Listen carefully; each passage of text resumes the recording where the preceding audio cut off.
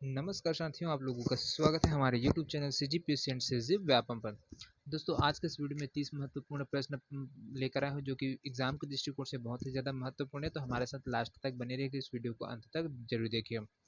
ये 30 प्रश्न है दोस्तों, छत्तीसगढ़ शिक्षक पात्रता परीक्षा 2016 में हुआ था, उसमें का जो वर्ग 3 के लिए मॉर्निंग शिफ्ट में एग्जाम हुआ था, उसमें का पूरा 30 क्वेश्चन है। तो लास्ट तक जरूर देखिएगा, बहुत ही अच्छा क्वेश्चन है जो सीजी व्यापम के द्वारा पूछा गया प्रश्न है। तो बिल्कुल भी छोड़िएगा नहीं। और जितने भी नए दोस्त हमारे इस वीडियो को पहली बार देख रहे होंगे, हमारे चैनल को अवश्य सब्सक्राइब करिएगा, साथ में बेल आइकन को भी प्रेस करके वीडियो पसंद आएगा तो ज़्यादा से ज़्यादा लोगों तक शेयर अवश्य करेंगे। तो चलिए बिना किसी देरी के स्टार्ट करते हैं, अपने पहला प्रश्न क्यों है वो बढ़ते हैं। पहला प्रश्न है दोस्तों, उत्तर बाल्यावस्था में बालक भौतिक वस्तुओं के किस तत्व में परिवर्तन को समझने लगते हैं। ऑप्शन में दिए है सिर्फ संख्या, सिर्फ द्रव्यमान और संख्या, और ऑप्शन डी में दिया है द्रव्यमान, संख्या और क्षेत्र। तो उत्तर बाल्यावस्था में दोस्तों बालक है जो भौतिक वस्तुओं के कौन कौन से परिवर्तन है को समझने लग जाते हैं दोस्तों। तो इसका जो करेक्ट आंसर हो जाएगा दोस्तों, वो हो जाएगा आपका ऑप्शन डी है वो बिल्कुल सही हो जाएगा। यहाँ पर जब जैसे उत्तर बाल्यावस्था अवस्था में बालक जाता है तो उसमें जो परिवर्तन आते हैं, चेंजेस आते हैं, वो उसमें द्रव्यमान, संख्या और क्षेत्र उनको क्या करते हैं, भौतिक वस्तु में जो परिवर्तन है उसको समझने लग जाते हैं। स्विट्जरलैंड के जो मनोवैज्ञानिक थे जीन पियाजे, उन्होंने बताया था कि बाल्यावस्था में गुण पाए जाते हैं ना, जो मूर्त चीजों का ज्ञान, क्रमबद्धता, संरक्षण और स्थानिक तर्क के आधार पर होते हैं, है ना। तो इस आधार पर है जो आपका ऑप्शन डी है वो बिल्कुल सही है। चलिए अगला प्रश्न की ओर है वो बढ़ते हैं दोस्तों। यहाँ पर अगला प्रश्न है, बहुत ही महत्वपूर्ण प्रश्न है।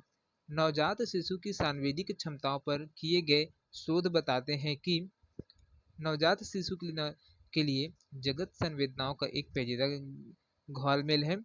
ऑप्शन बी में दिया है नवजात शिशु कई चीजें कर सकता है, जैसे आवाज, रंग व गंध को पहचानना।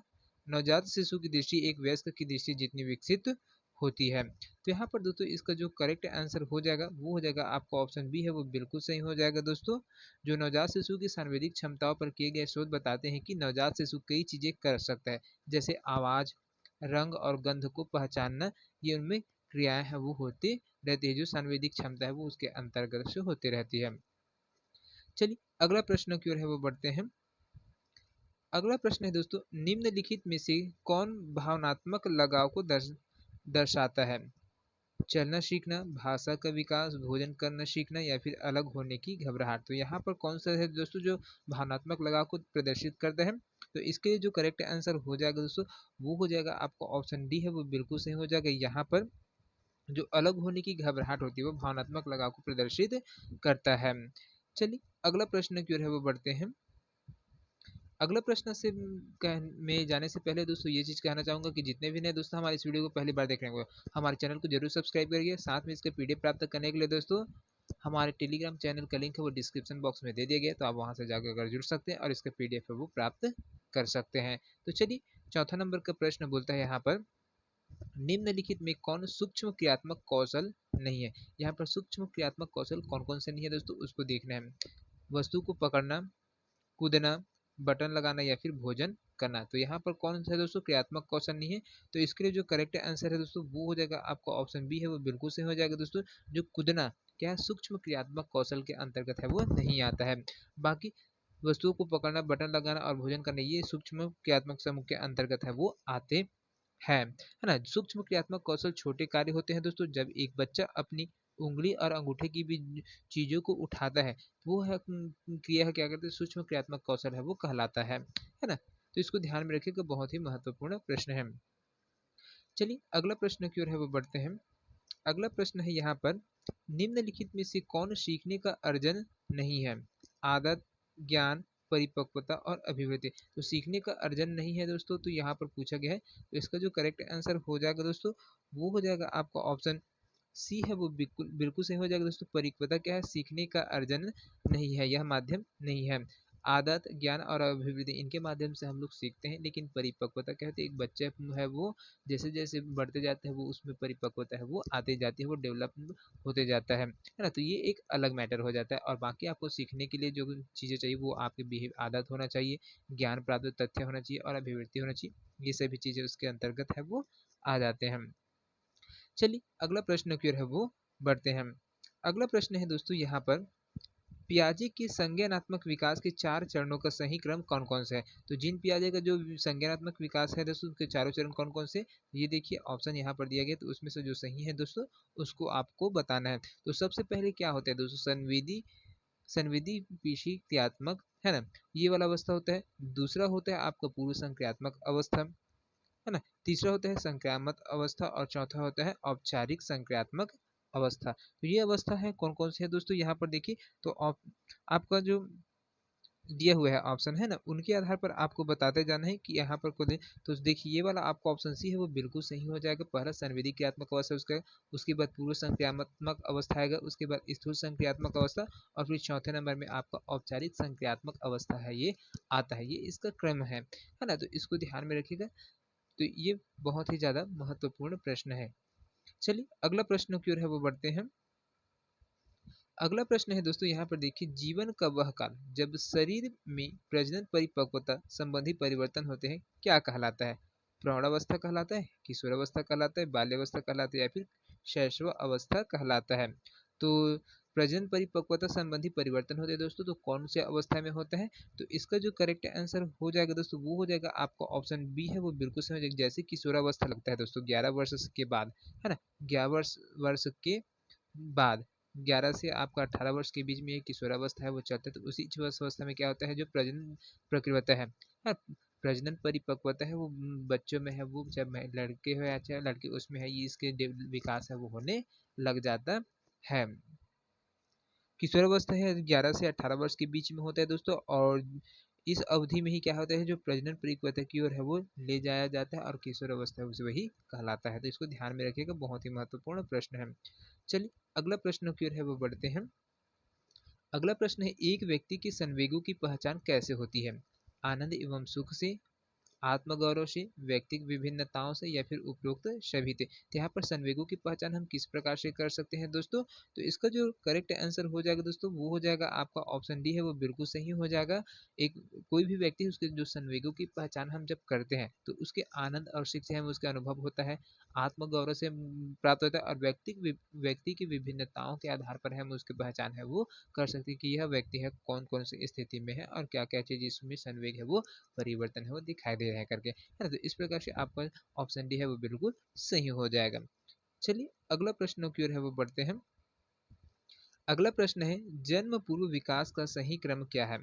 युग्मनज, भ्रूण, गर्भस्थ शिशु, भ्रूण, गर्भस्थ शिशु, युग्मनज, युग्मनज, गर्भ शिशु और भ्रूण, गर्भस्थ शिशु, भ्रूण, युग्मनज, है ना? तो दोस्तों यहाँ पर जो जन्म पूर्व विकास की जो संख्या होती है दोस्तों, तो यहाँ पर सबसे पहले क्या होता है ना? तो फर्टिलाइजेशन की क्रिया होने होती है, उसके बाद है क्या है, ये क्या करता है, युग्मनज का निर्माण है वो करता है। युग्मनज का जैसे निर्माण करता है दोस्तों, तो युग्मनज में है वो कोशिका का विभाजन हो जाता है। कोशिका के विभाजन होने के बाद से वो कहाँ पर चला जाता है, भ्रूण का इम्ब्रियो में है वो चला जाता है, इम्ब्रियो में है वो चला जाता है। उसके बाद यह दोस्तों ये आपका जो फिटस है ना, फिटस है, उसका निर्माण है वो करता है, फिट्स है उसका निर्माण करता है, तो जिसको गर्भस्थ शिशु है वो बोला जाता है। सबसे पहले युग्मनज बनेगा, जिसको जायगोट बोलते हैं, फिर इम्ब्रायो में जाएगा, वहां से है वो बनेगा, फिर गर्भस्थ शिशु जिसको फिटस बोला जाता है, उसमें है वो रहेगा। तो इस प्रकार से आपको ऑप्शन ए है वो बिल्कुल सही हो जाएगा, इसका सही क्रम है। चलिए अगला प्रश्न की ओर है वो बढ़ते हैं।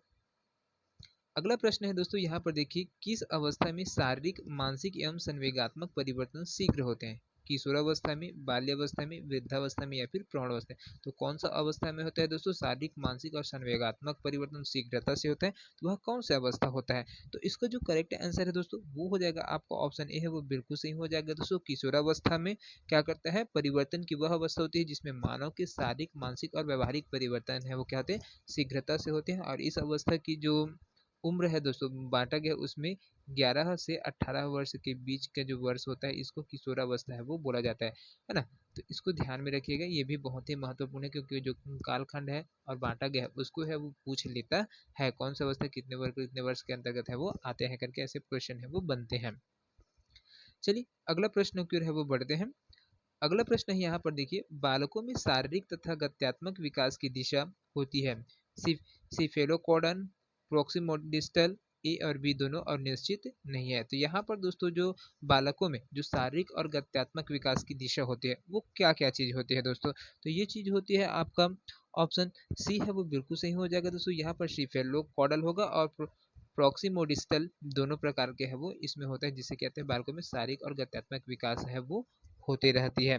तो यहाँ पर देखिए दोस्तों जो सिफेलोकॉडल है वो क्या चीज है? सिफेलोकॉडल इसमें बच्चे का विकास सिर से पैर तक होता है दोस्तों। यहाँ पर सिफेलोकॉडल है दोस्तों, उसमें सिर से पैर की और है वो क्या होता है, इसका विकास है वो होता है। और दूसरा आपका प्रोक्सिमोडिस्टल है दोस्तों, उसमें क्या होता है, इसमें जो बच्चे का विकास है वो केंद्र से, ये जो आपका केंद्र है ना, तो केंद्र से क्या होगा, परिधि की ओर है वो होता है, केंद्र से परिधि की ओर इनका विकास है वो होता है, तो उसको प्रोक्सिमोडिस्टल बोला जाता है। सिफेलोकॉडल में दोस्तों सिर से पैर तक है बच्चों का विकास है वो होता है, लेकिन प्रोक्सिमोडिस्टल में आपका केंद्र से है परिधि की ओर है उनका विकास है वो होता है। तो ये दोनों को है आप ध्यान में रखिएगा, बहुत ही इंपॉर्टेंट क्वेश्चन है। चलिए अगला प्रश्न की ओर है वो बढ़ते हैं। अगला प्रश्न है दोस्तों, यहाँ पर देखिए, डिसलेक्सिया एक खाली स्थान की अक्षमता है पढ़ने की, लिखने की, पढ़ने व लिखने की या फिर गणित में कठिनाई की। तो यहाँ पर डिसलेक्सिया है दोस्तों, डिसलेक्सिया नामक जो रोग है उसको बोला गया है, तो ये किसकी अक्षमता को प्रदर्शित करता है? तो ये दोस्तों आपको ऑप्शन ए है वो बिल्कुल सही हो जाएगा, पढ़ने की अक्षमता है उसको क्या करता है, प्रदर्शित करता है ना। डिसलेक्सिया यह पढ़ने की अक्षमता है दोस्तों जो क्या करता है, मानसिक मंदता के कारण नहीं होता है दोस्तों। तो इस चीज को ध्यान में रखिए, मानसिक मंदता के कारण है ये जो डिसलेक्सिया रोग है वो नहीं होता है। यह आंखों से प्राप्त छवि को समझने योग्य जो भाषा में अनुवादित करने की मस्तिष्क के अंतर जो क्षमता होती है उसको अक्षम कर देता है, जिसके कारण से यह जो डिसलेक्सिया रोग है दोस्तों वो होता है ना। ये तो इसको ध्यान रखिएगा, बहुत ही महत्वपूर्ण पॉइंट बोला हूं मैं कि जो मानसिक मंदता के कारण है जो डिसलेक्सिया है वो नहीं होता है ना। तो इसको ध्यान में रखिए, किसके कारण होता है, यह जो डिसलेक्सिया है दोस्तों वो किसके वजह से है, इसमें पढ़ने की अक्षमता रहती है। कारण क्या होता है कि जो मस्तिष्क में हमें इसको अनुवाद करने के लिए रहता है, जो शब्दों को पहचानने के लिए रहता है ना, पढ़ना होता है सब पहचानने के लिए, तो उसके जो क्षमता होती है उसको अक्षम कर देता है, जिसकी वजह से दोस्तों यह रोग है वो होता है ना। तो इसमें क्या होता है, जो गणित के सवाल भी है उसमें क्या है, पहचानने में उसको कठिनाई होती है, आपका संवेग है ना, जो तर्क लगाना होता है वो पूरा तरीके से नहीं हो सकते, और जो शब्द है उनको पढ़ नहीं पाते, तो ये सब समस्या उसके अंतर्गत है वो होती है। चलिए अगला प्रश्न की ओर है वो बढ़ते हैं। अगला प्रश्न है दोस्तों, एरिक्सन के अनुसार जन्म से लेकर 1 वर्ष की आयु के मध्य की अवस्था किससे संबंधित है? स्वायत्त बनाम सर्म से, पहल बनाम अपराध बोध से, विश्वास बनाम अविश्वास से, या फिर पहचान बनाम पहचान भ्रांति से। तो यहाँ पर जो एरिक्सन के अनुसार दोस्तों जो जन्म से लेकर 1 वर्ष की आयु के मध्य की जो अवस्था होती है वो किस चीज से संबंधित है करके बोला गया है। तो इसका जो करेक्ट आंसर हो जाएगा दोस्तों वो हो जाएगा आपको ऑप्शन सी है वो बिल्कुल से हो जाएगा, विश्वास बनाम अविश्वास से क्या होता है, यह संबंधित होता है। तो एरिक्सन एक विकासात्मक मनोवैज्ञानिक थे दोस्तों, कौन से वाला थे, विकासात्मक मनोवैज्ञानिक थे, जिन्होंने जो मनोसामाजिक विकास का सिद्धांत है वो दिया था, किसका दिया था, मनोसामाजिक एक सिद्धांत है ना, मनोसामाजिक सिद्धांत है उसका प्रतिपादन है वो किया था इनके द्वारा है, किसके द्वारा, एरिक्सन के द्वारा। और जिसमें उन्होंने मानव व्यक्तित्व विकास को 8 चरणों की श्रृंखला में बांटा था दोस्तों, कितने चरण में, 8 श्रृंखला में है वो बांटा, जो बाल्यावस्था से प्रौढ़ अवस्था तक होती है। कहाँ से स्टार्ट होती है, बाल्यावस्था से प्रौढ़ अवस्था तक है वो होता है। तो ये 8 अवस्था में है दोस्तों, एरिक्सन के द्वारा है वो बांटा गया था। तो इसको ध्यान में रखिएगा, बहुत ही महत्वपूर्ण प्रश्न है। चलिए अगला प्रश्न की ओर है बढ़ते हैं दोस्तों। अगला प्रश्न है यहाँ पर, सीखने की प्रक्रिया क्या होती है, सिर्फ कक्षा कक्षा में, शाला के अंदर, शाला के बाहर, या फिर शाला के अंदर तथा बाहर दोनों जगह पर। तो यहाँ पर सीखने की प्रक्रिया दोस्तों कहाँ कहाँ पर है वो किया जा सकता है। तो इसका जो करेक्ट आंसर हो जाएगा दोस्तों वो हो जाएगा आपको ऑप्शन डी है वो बिल्कुल सही हो जाएगा दोस्तों।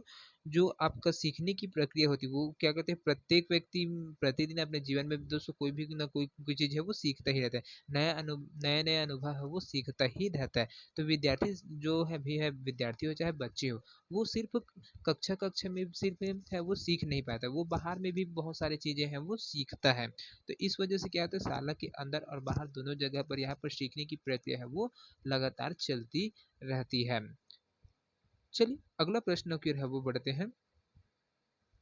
अगला प्रश्न है बहुत ही महत्वपूर्ण प्रश्न है ये, प्रकृति व पोषण विकास को कैसे नियंत्रित करते हैं? यहाँ पर बहुत ही महत्वपूर्ण प्रश्न है दोस्तों, प्रकृति व पोषण विकास को कैसे नियंत्रित करते हैं? ऑप्शन ए में दिया है जन्म तक प्रकृति ज्यादा महत्वपूर्ण होती है, उसके पश्चात पोषण की भूमिका होती है। ऑप्शन बी में दिया है पूरे मानव विकास के दौरान प्रकृति ज्यादा महत्वपूर्ण होती है।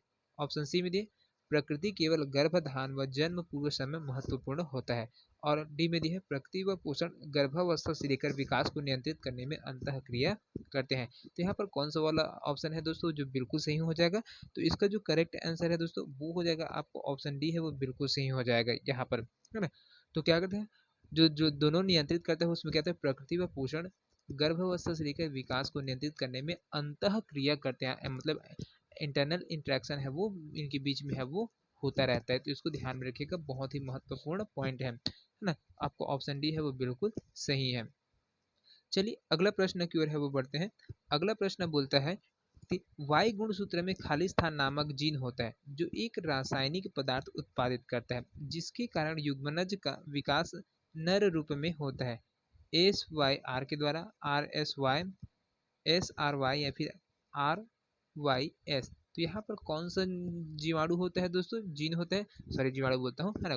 वाई गुणसूत्र में कौन किस नामक का जो जीन है वो होता है दोस्तों जो क्या करता है रासायनिक पदार्थ है वो उत्पन्न करता है। तो उसके लिए जो करेक्ट आंसर है दोस्तों वो हो जाएगा आपका ऑप्शन सी है वो बिल्कुल सही हो जाएगा। एस वाई, सॉरी, है ना, एस आर वाई। इस प्रकार का जो जीन है वो पाया जाता है, इसमें एस आर वाई जीन है वो पाया जाता है, जिसकी वजह से क्या है यहाँ पर जो केमिकल मटेरियल है वो उत्पादित करते हैं, जो रासायनिक पदार्थ है उसको उत्पादित करते हैं और उसके युग्मनज का विकास है वो नर रूप में है वो होने लग जाता है। तो इसको ध्यान में रखिएगा, बहुत ही महत्वपूर्ण प्रश्न है। चलिए अगला प्रश्न की ओर है वो बढ़ते हैं। अगला प्रश्न है दोस्तों यहाँ पर 17वां नंबर का, जो टेरोटोजन एक बाह्य एजेंट जैसे एक रसायन, वायरस अथवा एक प्रकार का विकिरण है जो विपरीत रूप से खाली स्थान के विकास को प्रभावित कर सकता है। केवल केंद्रित तंत्रिका तंत्र को, केवल गर्भस्थ शिशु को, युग्मनज भ्रूण व गर्भस्थ शिशु, केवल भ्रूण व गर्भस्थ शिशु को। तो यहाँ पर दोस्तों जो टेरोटोजन है वो किसको इफेक्ट करता है? तो इसका जो करेक्ट आंसर होगा दोस्तों वो हो जाएगा आपको ऑप्शन सी है वो बिल्कुल सही हो जाएगा। ये जो टेरोटोजन केमिकल है दोस्तों वो क्या करता है ना, युग्मनज को भी इफेक्ट पहुंचाता है, भ्रूण को भी इफेक्ट करता है और गर्भस्थ से जो फिटस है उसको भी क्या करता है, ये इफेक्ट करता है। तो इस प्रकार से आपको ऑप्शन सी है वो बिल्कुल सही रहेगा यहाँ पर, है ना। तो इसको ध्यान में रखिएगा। चलिए अगला प्रश्न की ओर है वो बढ़ते हैं दोस्तों। अगला प्रश्न है यहाँ पर, पढ़ने व लिखने के लिए संप्रेषण की व्यवस्था जो कागज पर उभरे हुए बिंदु का उपयोग करती है खाली स्थान नाम से जानी जाती है। होशियार साधन, ब्रेल, तकनीकी सहायक यंत्र या फिर प्रहस्तन व स्पर्शीय सहायक यंत्र। तो यहाँ पर क्या कहलाता है दोस्तों? पढ़ने और लिखने के लिए जो संप्रेषण की व्यवस्था पर है, जो कागज पर उभरे हुए बिंदु का उपयोग करते हैं उसको किस नाम से है वो जाना जाता है? तो यहाँ पर इसका जो करेक्ट आंसर हो जाएगा दोस्तों वो हो जाएगा आपका ऑप्शन बी है वो ब्रेल। जो विकलांग लोग हैं, है ना, अंधे लोग हैं, वो लोग इसका ज्यादातर है वो दोस्तों उपयोग है वो ब्रेल का है वो उपयोग है वो करते हैं, है ना। तो ये चीज इसमें जो क्या जो बिंदु है क्या है उभरे उभरे हुए रहते हैं, है ना, इसको ही बोला जाता है। और इसमें जो 8 कोष्ठक है वो 8 है वो रहते हैं दोस्तों। पहले के टाइम पे 6 रहते थे, अब इसमें 8 सेल है वो पाया जाता है, इसमें उभरे उभरे हुए अक्षर है वो दिखाई देता है। चलिए अगला प्रश्न की ओर है वो बढ़ते हैं। अगला प्रश्न है दोस्तों यहाँ पर देखिए, उषा परिवेश की नई विशेषताओं को अपने चिंतन में सम्मिलित करने विद्यमान स्कीम में संशोधन कर रही है। वह कर रही है व्यवस्थापन, समावेशीकरण, समायोजन या फिर पहचान। तो यहाँ पर क्या है दोस्तों, उषा परिवेश की नई विशेषताओं को चिंतन में सम्मिलित करने के लिए क्या करते हैं, विद्यमान स्कीम में संशोधन कर रही है। तो वह अभी क्या कर रही है?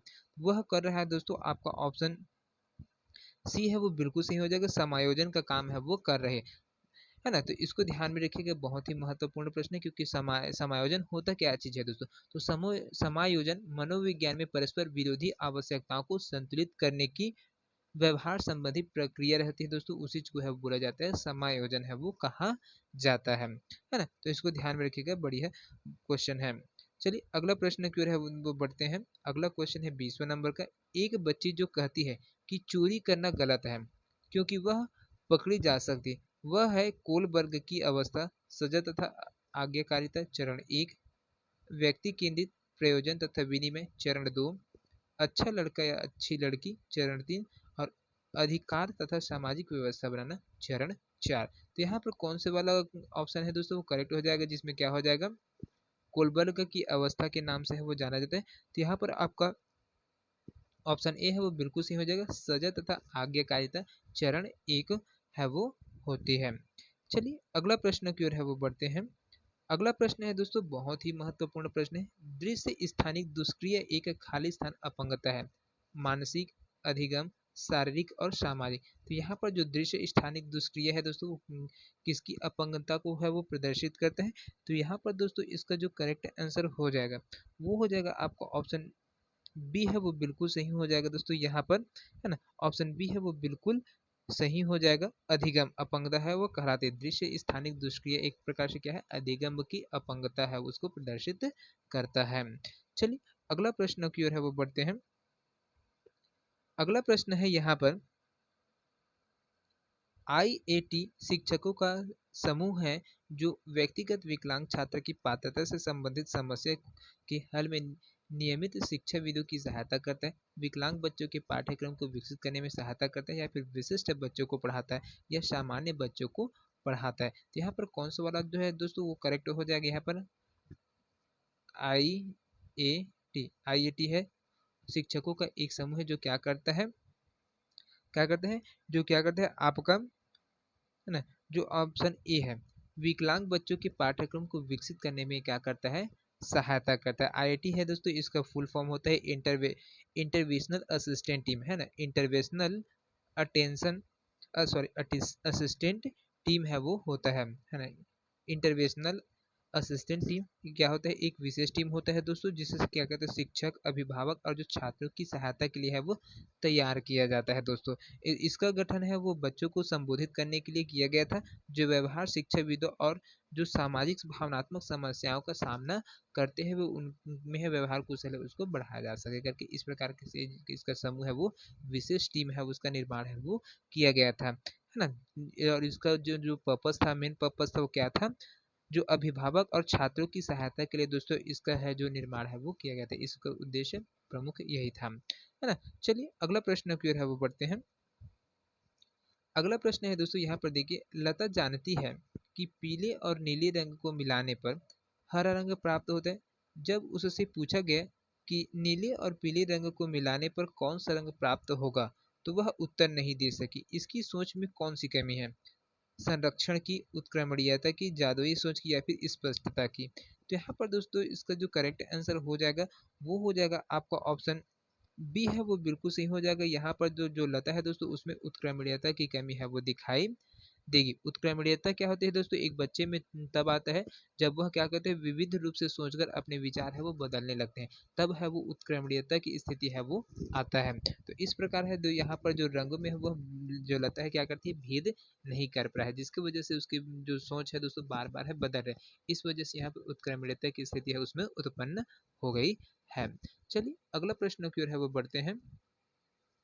अगला प्रश्न है दोस्तों यहाँ पर देखिए, ICDS कार्यक्रम खाली स्थान की आयु समूह के सभी बच्चों के लिए उपलब्ध है, 0 से 6 वर्ष, 6 से 10 वर्ष, 0 से 10 वर्ष या फिर 10 वर्ष की ऊपर। तो यहाँ पर आई, है ना, यहाँ पर जो है दोस्तों ISDS है ना, यह कार्यक्रम है दोस्तों कौन से समूह के लिए है होता है। तो इसका जो करेक्ट आंसर हो जाएगा दोस्तों वो हो जाएगा आपका ऑप्शन ए है वो बिल्कुल सही हो जाएगा दोस्तों। 0 से 6 वर्ष के जो बच्चे हैं, है ना, उनके लिए है यह क्या होता है, यह कार्यक्रम होता है। ISDS कार्यक्रम की शुरुआत है दोस्तों आपका 2 अक्टूबर 1900, है ना, 2 अक्टूबर 1975 को, है ना, 2 अक्टूबर 1975 को किया गया था दोस्तों इसका शुरुआत है ना। और जो भारत सरकार के प्रमुख कार्यक्रम में से क्या था, एक था, और इसमें जो सभी बच्चे हैं जो 0 से 6 वर्ष की अवस्था में है उनके देखभाल और विकास के लिए अनूठा कार्यक्रम का प्रतिनिधित्व के लिए है दोस्तों यहाँ पर है वो ये प्रतिनिधित्व करने वाली संस्था के रूप में उभर कर आए थे, और इसकी स्थापना 2 अक्टूबर 1975 को है वो किया गया था। चलिए अगला प्रश्न की ओर है वो बढ़ते हैं दोस्तों।